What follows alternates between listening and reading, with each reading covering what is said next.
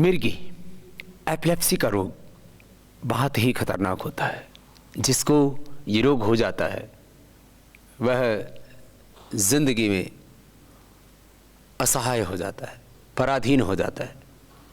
गाड़ी चलाते समय, ड्राइविंग करते समय, सड़क रोड क्रॉस करते समय, अथवा कई बार ऐसे मौके होते हैं यदि वहाँ अचानक एपिलेप्सी का अटैक पड़ जाए तो व्यक्ति का जीवन ही संकट में पड़ जाता है।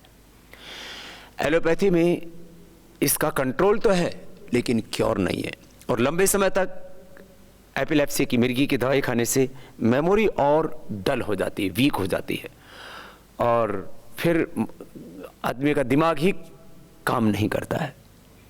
फिर आदमी सुबह से शाम तक मायूस उदास सा रहता है और उसके जीवन में डिप्रेशन आ जाता है। बहुत दिक्कत है, क्या करें। मैंने देखा है जिनको 20-30 सालों से, किसी किसी को तो 50 सालों से एपिलेप्सी के अटैक पड़ते थे, उन्होंने प्राणायाम किया, और प्राणायाम में भी मुख्य रूप से अनुलोम विलोम भ्रामरी उद्गीत ये ज़्यादा लाभप्रद होते हैं। यूँ तो 8 के 8 प्राणायाम भस्त्रिका कपालभाति बाह्य प्राणायाम उज्जाई अनुलोम विलोम भ्रामरी उद्गीत बड़ा लाभदायक होते हैं, लेकिन अनुलोम विलोम भ्रामरी उद्गीत ये 3 प्राणायाम विशेष रूप से लाभप्रद होते हैं एपिलेप्सी के रोगियों के लिए। ये प्राणायाम का अभ्यास करवाया और एक एक गोली सुबह शाम मेधावटी की दी, जिसमें ब्राह्मी है, शंखपुष्पी है, उस्तखदूस है, गाजवान है, सौंफ है, वचा है, पुष्करमूल है, अश्वगंधा है, ये सारी औषधियाँ होती हैं। मेधावटी छोटी उम्र के बच्चों को 1-1 और बड़ी उम्र में 2-2 गोलियां भी हम देते हैं। मेधा क्वाथ वो भी 1-1 चम्मच पिला देते हैं, उससे भी अद्भुत लाभ होता है, काढ़ा बना करके पिला देते हैं। और किसी किसी को पीपल की या बड़ की जो दाढ़ी होती है, जटा होती है, उसको भी उबाल करके पिला देते हैं, उससे भी अद्भुत लाभ होता है। जिनको एपिलेप्सी अटैक बहुत पड़ते हैं उनको सारस्वत अरिष्ट भी पिलाया जाता है, उससे भी उनको विशेष लाभ होता है। बादाम पीस करके 3 से 5 बादाम पिला देते हैं, रात को भिगो दिया और सुबह अखरोट भी खिला देते हैं, उससे उसकी गर्मी भी नहीं करता है और वह मस्तिष्क के लाभप्रद होता है। मेधावटी का प्रयोग करा करके और अनुलोम विलोम भ्रामरी उद्गीत प्राणायाम करा करके हमने बहुत लोगों की मिर्गी की प्रॉब्लम सदा के लिए ठीक की, उसको क्योर किया है। ये बड़ी बात है, एलोपैथी में ऐसा संभव नहीं है। और ऐसे बहुत से भाई बहन वो प्राणायाम करके और मेधावटी का सेवन करके पूरी तरह से ठीक हो चुके, हमारे शिक्षक बन करके काम कर रहे हैं। इसलिए यदि आपको भी मिर्गी की प्रॉब्लम है, आप निराश ना हो, आप प्राणायाम करें, मेधावटी का सेवन करें, और रिंग फिंगर के टॉप पर ये जो मास्टर पॉइंट है इसको दबा लें, और मास्टर पॉइंट के साथ साथ आप इस अंगूठे के भी ऊपर पीछे पिनल ग्लैंड और मस्तिष्क के लिए जो पॉइंट होता है इसको दबा लें, तो आपको मिर्गी की बीमारी में, एपिलेप्सी में निश्चित रूप से लाभ मिलेगा।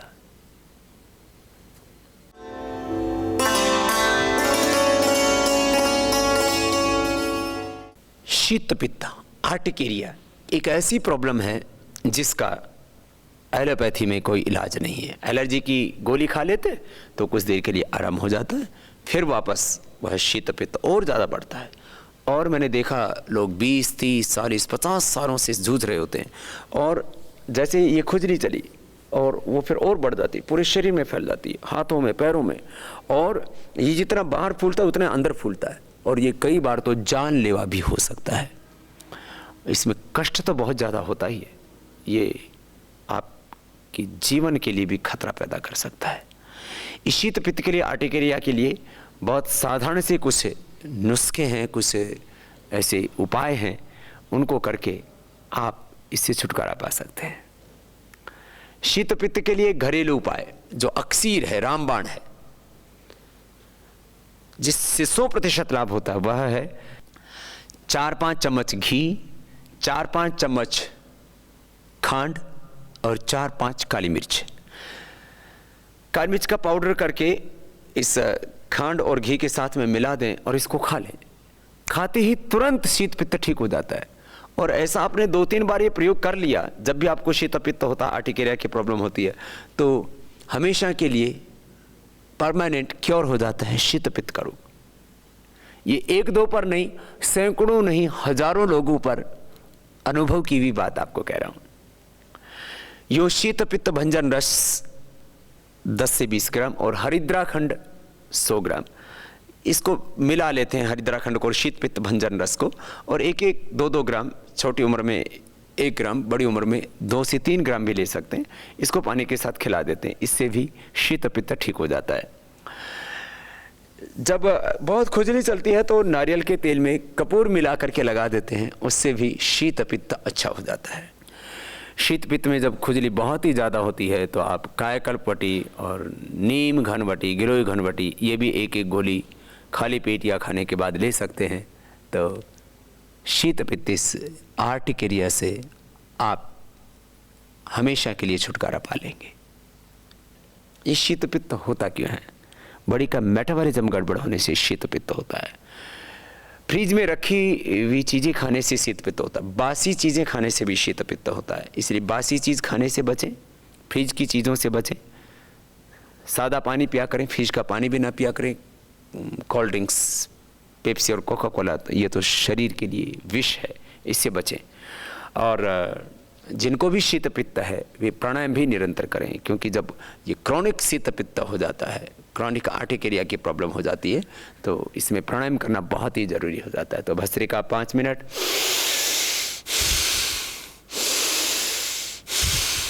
कपालभाति ये भी 15-20 मिनट, आधा घंटा तक करा देते हैं क्रॉनिक आर्टिकेरिया होने पर। और अनुलोम विलोम प्राणायाम भी 10 से 15 मिनट। और भ्रामरी उद्गीत भी 3 से 5 बार कर लेना।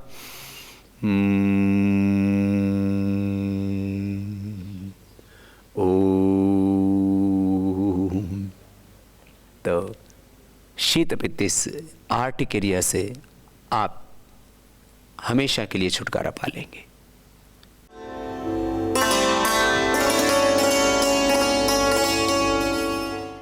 गुदभ्रंश, एनस का बाहर निकलना, अथवा लेडीज को यूट्रस प्रोलैप्स की प्रॉब्लम, गर्भाशय का बाहर आना, ये बहुत ही खतरनाक समस्याएं हैं।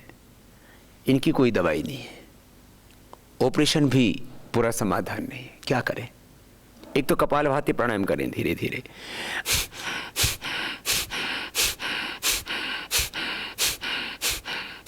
और कपालभाति प्राणायाम पहले 5 मिनट, फिर 10 मिनट और फिर 15-20 मिनट करें। माताओं बहनों को कंधरासन भी हमने करवाया, और जिनको भी एनस बाहर निकलने की प्रॉब्लम थी उनसे भी कंधरासन कराया। कंधरासन इसमें बहुत लाभ देता है। और कंधरासन के साथ साथ ये बाह्य प्राणायाम बहुत लाभप्रद होता है। ये तो 7 बार से लेकर के 11-21 बार तक करवा सकते हैं, और इससे इस प्रॉब्लम में अद्भुत लाभ होता है।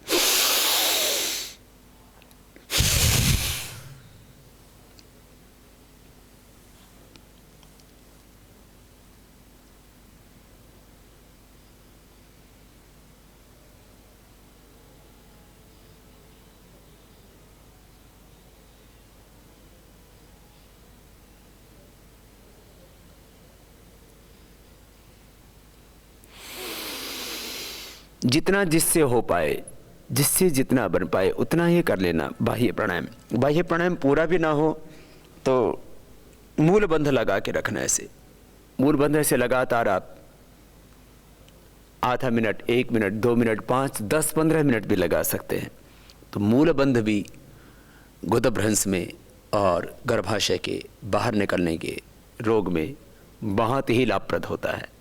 नियमित रूप से आप कपालभाति प्राणायाम और बाह्य प्राणायाम, ये 2 ही योगाभ्यास करते हैं और आसनों में कंधरासन कर लेते हैं, तो ये गर्भाशय के लिए बहुत ही लाभप्रद है।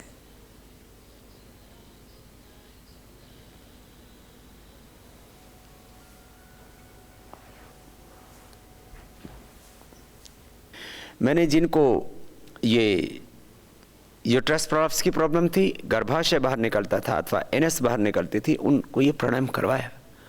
और चांगरी के पत्ते होते हैं, चांगरी के पत्ते खा लेने से, चांगरी घृत का सेवन करने से भी बहुत लाभ होता है।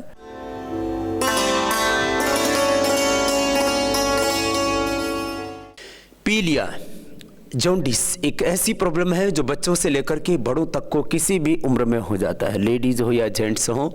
और पूरे हिंदुस्तान में नहीं पूरी दुनिया में ये एक ऐसी बीमारी है जिसका एलोपैथी में कोई इलाज नहीं है। किसी को जॉन्डिस जब हो जाता है तो एलोपैथी का डॉक्टर भी उसको आयुर्वेदिक ट्रीटमेंट लेने के लिए एडवाइस करता है।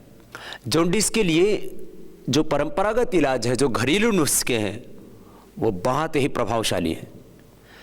जैसे एरंड के पत्तों का रस 3 से 5 चम्मच सुबह खाली पेट पी लेने से, एरंड के पत्तों को लिया, उनको कूट करके रस निकाल लिया और 3 से 5 चम्मच ये रस पीने से 3 से 5 दिन के अंदर कितना ही भयंकर से भयंकर जॉन्डिस हो, एडवांस स्टेज का जॉन्डिस हो, वो ठीक हो जाता है। जॉन्डिस होने पर आंखें पूरी पीली पड़ जाती हैं, शरीर में खून की कमी हो जाती है और भूख रखनी बंद हो जाती है। और लीवर तो एक तरह से हमारी इस पूरी बॉडी का इंजन है, इंजन बैठ गया तो फिर कैसे जीवन की गाड़ी चलेगी। खाने में परहेज रखने पड़ेंगे। जिनको लीवर की प्रॉब्लम है, जिनको है ये हेपेटाइटिस है और जॉन्डिस की प्रॉब्लम है, उनको तली हुई चीज़ें बंद करनी पड़ेंगी। जब भी आप ये इलाज लें जॉन्डिस का तो उस दौरान आप घी बंद कर दें, तली हुई सब चीज़ें बंद कर दें। खाने में आप रागी की रोटी, जवार की रोटी, सामान्य रूप से जो है चावल, दक्षिण के लोग, उत्तर भारत के लोग जो है वो दाल और सब्जी, ऐसी बहुत इसकी लौकी की ऐसी हल्की चीज़ें खाएं जिससे कि आपके लीवर के ऊपर ज़्यादा दबाव ना पड़े। लीवर के लिए एक बहुत अच्छे टॉनिक के तौर पर मैं कहूँ या उसको ये कहूँ कि जिसने कपालभाति कर लिया उसको तो ज़िंदगी में कभी हेपेटाइटिस हो ही नहीं सकता, उसको कभी जॉन्डिस की प्रॉब्लम हो ही नहीं सकती। आजकल छोटे छोटे बच्चों को भी जॉन्डिस से लेकर के स्कूल के बच्चों को लाखों की संख्या में पूरे हिंदुस्तान भर में ये जॉन्डिस और हेपेटाइटिस की प्रॉब्लम होती है। यदि बच्चों को बचपन से ही कपालभाति करा दिया जाए तो उनको ज़िंदगी में कभी भी जॉन्डिस की, पीलिया की, हेपेटाइटिस की प्रॉब्लम नहीं होगी। जॉन्डिस के लिए एक पॉइंट भी है, हमारे इन हाथों में ही प्रकृति ने सब बीमारियों का इलाज दिया है। बाईं तरफ यहाँ हार्ट का पॉइंट है, दाईं तरफ यहीं लीवर का पॉइंट है। ये लीवर का पॉइंट दबाने से जॉन्डिस में ज़बरदस्त लाभ होता है। आयुर्वेद में बनी हुई औषधियों के तौर पर हम आरोग्य बटी दे देते हैं, आरोग्य वर्धिनी बटी दे देते हैं और उदरामृत। आरोग्य बटी खाली पेट और आरोग्य वर्धिनी और उदरामृत ये खाने के बाद और उनको कुमारिया सौ पिला देते हैं, लोहा सौ पिला देते हैं। कुमारिया सौ, लोहा सौ दोनों मिला करके 2-2 चम्मच और 4 चम्मच पानी खाने के बाद पिला दिया तो जॉन्डिस में 100% लाभ होगा, जॉन्डिस क्योर हो जाएगा। एरंड के पत्तों का रस जॉन्डिस के लिए बहुत ज़बरदस्त लाभदायक है। इसी तरह से पुनर्नवा के मूल का रस, पुनर्नवा साठी, ये भी बहुत ज़बरदस्त होता है। ताज़ा पुनर्नवा का रस कोई पी ले, ये भी 3 दिन के अंदर जॉन्डिस को ठीक कर देता है। एक हम शौनाक के छाल का रस पिलाते हैं, ये तो जॉन्डिस से लेकर के हेपेटाइटिस तक को अच्छा कर देता है। टोटला शौनाक के छाल का रस निकाला और ये भी 2-3 चम्मच पिला दिया रोगी को, इससे भी जॉन्डिस 100% अच्छा हो जाता है।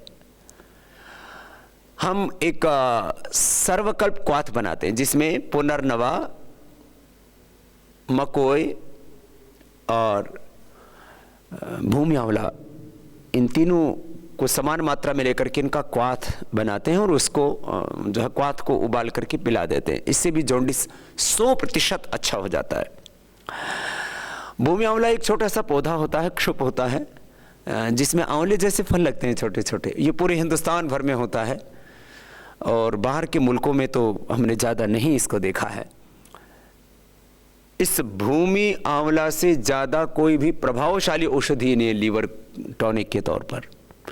तो जिस किसी का भी लीवर कमज़ोर हो वो भी ये सभी उपाय जो मैं बता रहा हूँ चाहे वो सर्वकल्पकात हो, चाहे वो भूमि आंवला हो, चाहे एरंड के पत्तों का रस हो। जिनका भी लीवर कमजोर होता है वो भी इसका सेवन करके अपने लीवर को अच्छा बना सकते हैं। एक और भी हमने प्रयोग किया, जिनको बहुत क्रोनिक जॉन्डिस की प्रॉब्लम होती है, बार बार जिनको पीलिया होता है और थोड़ा थोड़ा बुखार बना रहता है, तो अर्क मदार आँखें की जड़ का पाउडर करीब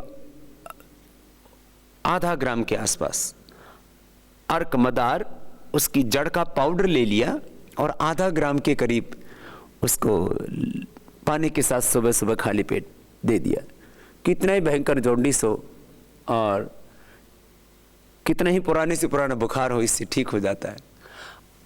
आंखें की जो कोपल होती है, आंखें के पेड़ के ऊपर जो पत्ते आते हैं उसमें उस छोटी सी कोपल ऐसे करीब 1 इंच, उस कोपल को यदि पान के पत्ते में रख करके और धीरे धीरे उसको चूस लेते हैं और परहेज में चने खिला देते हैं। मैंने वो सुबह सुबह वो रस चूसा और उसके बाद में 1 घंटे बाद चने खा लिए। चने के बाद पानी नहीं पीना चाहिए, तुरंत सूखे चने खिला देते हैं। इससे भी जॉन्डिस पूरी तरह से अच्छा हो जाता है।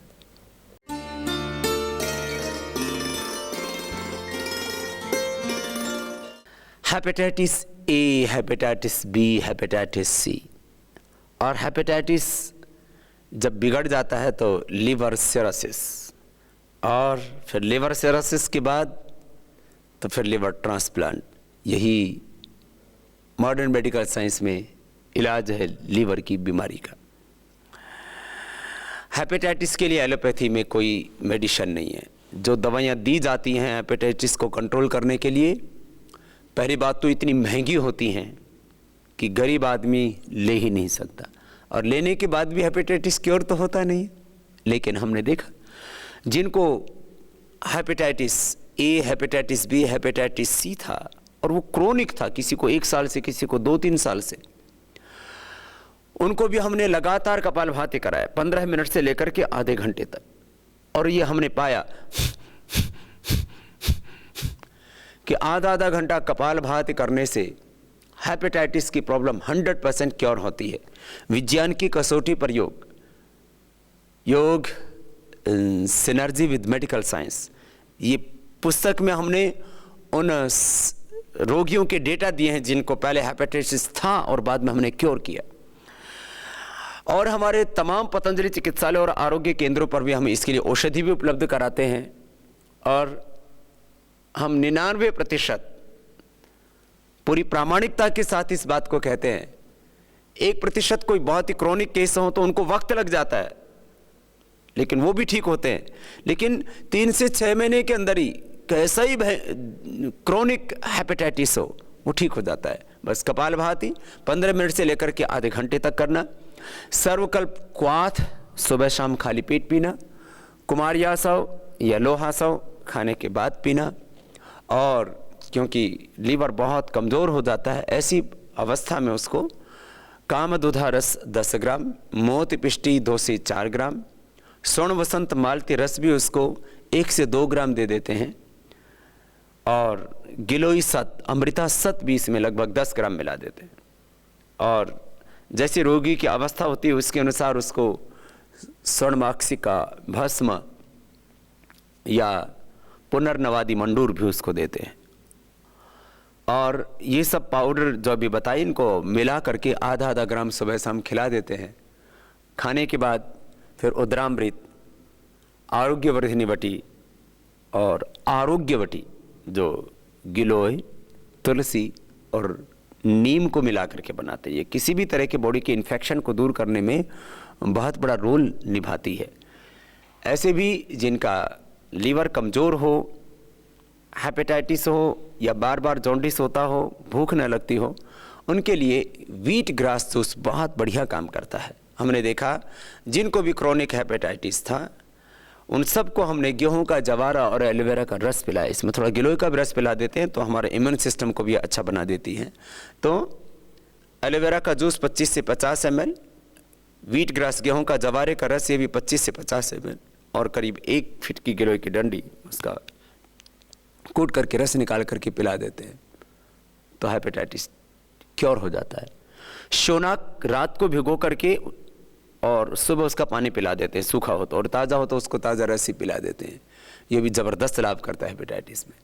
और भूमि आंवला, पुनर्नवा, इनका रस ताज़ा मिल जाए तो रस निकाल लें, नहीं तो सूखा मिले तो इनका क्वाथ कर करके पिला देते हैं।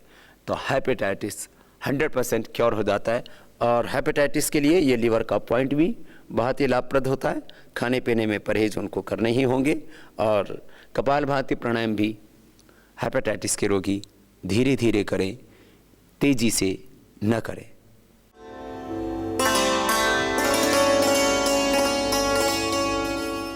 डेंगू, चिकनगुनिया, ये ऐसी बीमारियां हैं जिनका मॉडर्न मेडिकल साइंस में, एलोपैथी में इलाज है ही नहीं।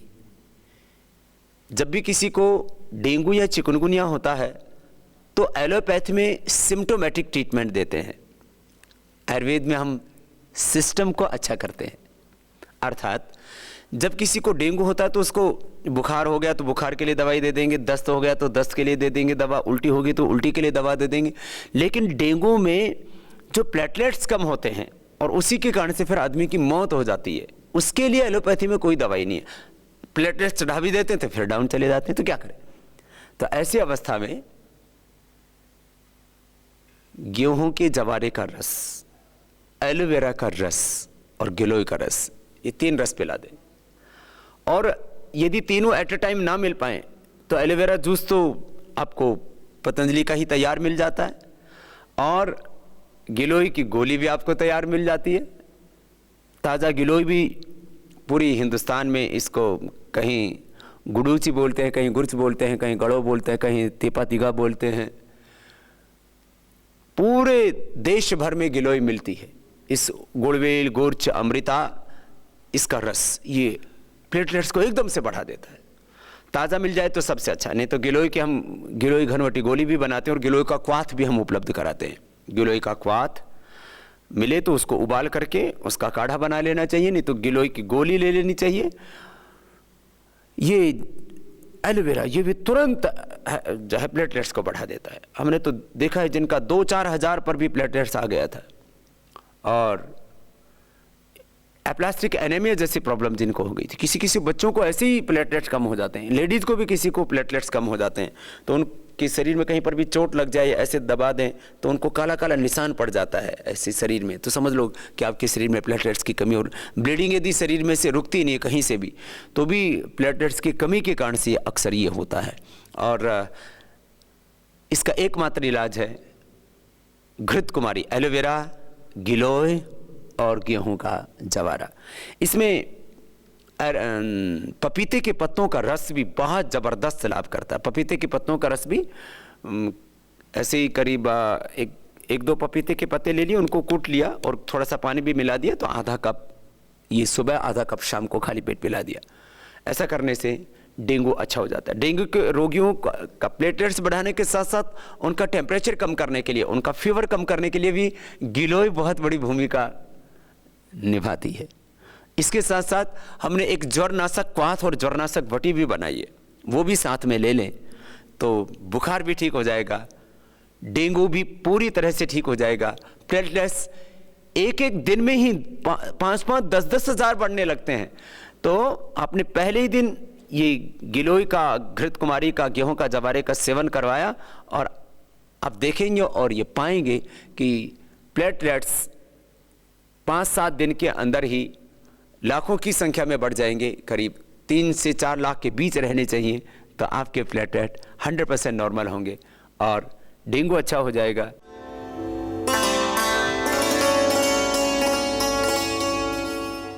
चिकनगुनिया एक ऐसा रोग है जिसका एलोपैथी में कोई इलाज नहीं है।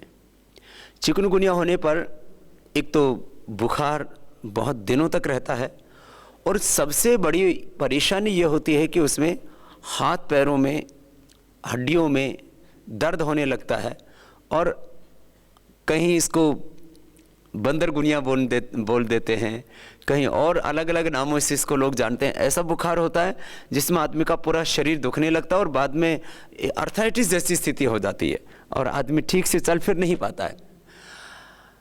तो इसके लिए जो सामान्य रूप से बुखार होता है तो एलोपैथी में भी टेम्परेचर को कम करने के लिए दवाई दे दी जाती है, लेकिन इसका शरीर की हड्डियों और मांसपेशियों पर बहुत दुष्प्रभाव पड़ता है। तो क्या करें?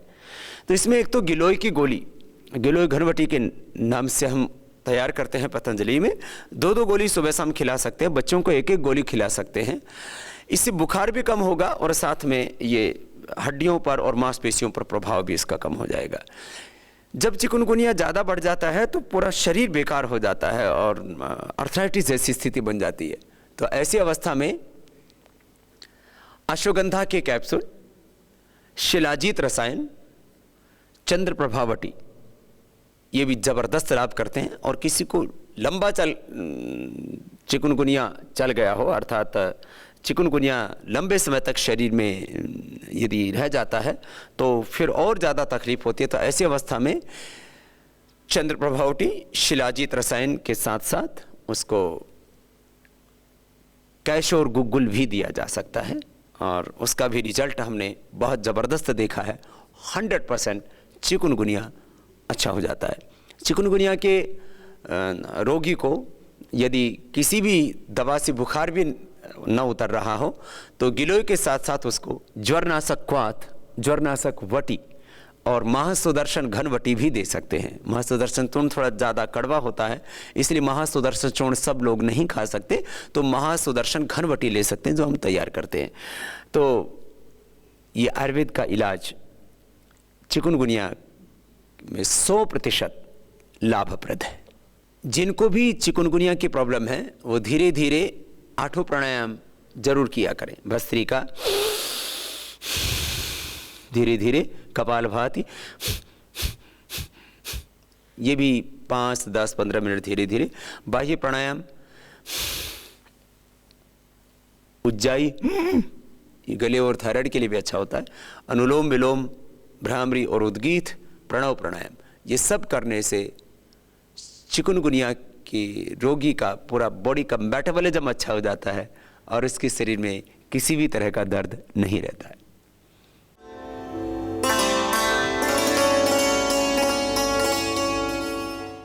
स्वाइन फ्लू के लिए एलोपैथी में वैक्सीन दी जाती है, लेकिन कई बार उससे भी लाभ नहीं हो पाता है और स्वाइन फ्लू का रोगी कई बार जिंदगी से हाथ धो बैठता है। आयुर्वेद में स्वाइन फ्लू का भी इलाज है। हमारे पूर्व ऋषि मुनियों ने जड़ी बूटियों पर वर्षों वर्षों तक शोध किया, अनुसंधान किया और उसके बाद विरासत में वो जड़ी बूटियों का ज्ञान हमें मिला है। हमने ज्वरनाशक क्वाथ और ज्वरनाशक वटी का उपयोग करवा करके 1-2 का नहीं, सैकड़ों हजारों रोगियों को यह हमने जो है सामूहिक रूप से ये ज्वरनाशक क्वाथ और ज्वरनाशक वटी का सेवन करवाया और जहाँ जहाँ ये स्वाइन फ्लू फैल रहा था वहाँ वहाँ हमने इसका 100% परिणाम पाया। गिलोय अपने आप में अमृता, तेपतिगा, गड़ो, गुर्च, गुड़वेल, इसका ज़बरदस्त लाभ है। मैं तो कहता हूँ हर घर के अंदर गिलोय, तुलसी और एलोवेरा, ये तो गमलों में आप लगा सकते हैं। इनको लगाएं, रोज सेवन इनका करें तो आपको सामान्य रोगों से लेकर के और टीबी, कैंसर तक के बड़े रोग और किसी भी तरह का कोई बॉडी में इन्फेक्शन, बैक्टीरियल, वायरल प्रॉब्लम्स कोई होंगी ही नहीं। खैर, गिलोय का सेवन करने से भी स्वाइन फ्लू पूरी तरह से अच्छा हो जाता है। मैं 5 चीज़ें तो सबके घरों में मिल जाती हैं, उसी का काढ़ा बना करके आप पी लीजिए, स्वाइन फ्लू अच्छा हो जाएगा। ऐसे भी ये सर्दी जुकाम का एक तरह से आप ये सोच सकते हैं कि उसका जो है एक तेज रूप है। माने सर्दी जुकाम होती है तो भी व्यक्ति को प्रॉब्लम होती है, लेकिन स्वाइन फ्लू में वो जो उसका इन्फेक्शन का जो लेवल है वो थोड़ा सा ज़्यादा बढ़ जाता है। तो आप घर में एक दवा बना सकते हैं। सभी के घरों में हल्दी होती है, हल्दी करीब 1 ग्राम, लौंग 5-7, हल्दी, लौंग, काली मिर्च, ये 3 चीज़ें तो सभी के घरों में होती हैं। तो 3 से 5 काली मिर्च, 1 ग्राम से 2 ग्राम के करीब हल्दी और 5-7 लौंग, काली मिर्च, हल्दी, फिर तुलसी के 5-7 पत्ते और गिलोय की करीब 1 फीट के करीब डंडी, या गिलोय ताजी ना मिले तो गिलोय 1 चम्मच के करीब, ऐसा हम क्वाथ भी उपलब्ध कराते हैं। इसको उबाल करके पी लिया तो स्वाइन फ्लू अच्छा हो जाता है 100%। गिलोय की गोली भी खिला दें, उससे और ज़्यादा लाभ होगा। और लक्ष्मी विलास रस, संजीवनी वटी, ये खाने के बाद 1-1 गोली दे दें। बुखार भी यदि हो गया है तो उनको सुदर्शन घनवटी भी दे सकते हैं। तो सुदर्शन घनवटी, लक्ष्मी विलास और संजीवनी वटी ये खाने के बाद दे दिया, और गिलोय घनवटी इसको खाली पेट खिला दिया। किसी भी तरह के इन्फेक्शन में आरोग्य वटी जो तुलसी, गिलोय और नीम के प्रयोग से हम बनाते हैं, तो इसको भी खाली पेट 1-1 गोली, 2-2 गोली दे सकते हैं। इससे स्वाइन फ्लू 100% अच्छा हो जाएगा। हाँ, प्राणायाम जरूर करें, क्योंकि प्राणायाम करने से एक तो हमारा फेफड़ा अच्छा होगा, क्योंकि स्वाइन फ्लू का सबसे ज़्यादा इफेक्ट जो है हमारे रेस्पिरेटरी सिस्टम पर ही होता है। इसलिए भस्त्रिका, कपालभाति, उज्जाई, ये गले को भी पकड़ता है स्वाइन फ्लू, और अनुलोम विलोम, इसको जरूर करें। और ज़्यादा इन्फेक्शन बढ़ जाता है तो स्वासारी 20 ग्राम और 20-25 ग्राम से तुपला आदि करीब 20 ग्राम त्रिकुटा चूर्ण, और 5 ग्राम प्रवाल पिष्टी, 5 ग्राम अभ्रक भस्म, 10 ग्राम अमृतासत और 1 से 2 ग्राम स्वर्ण वसंत मालती, ये सब पाउडर मिला लें और 1-1 ग्राम शहद के साथ ले लें तो स्वाइन फ्लू भी अच्छा हो जाएगा। और स्वाइन फ्लू के कारण से जो भी उसकी बॉडी पर आफ्टर इफेक्ट्स होते हैं, उसके कई तरह के कॉम्प्लिकेशंस होते हैं, उससे भी आप 100% छुटकारा पा सकते हैं।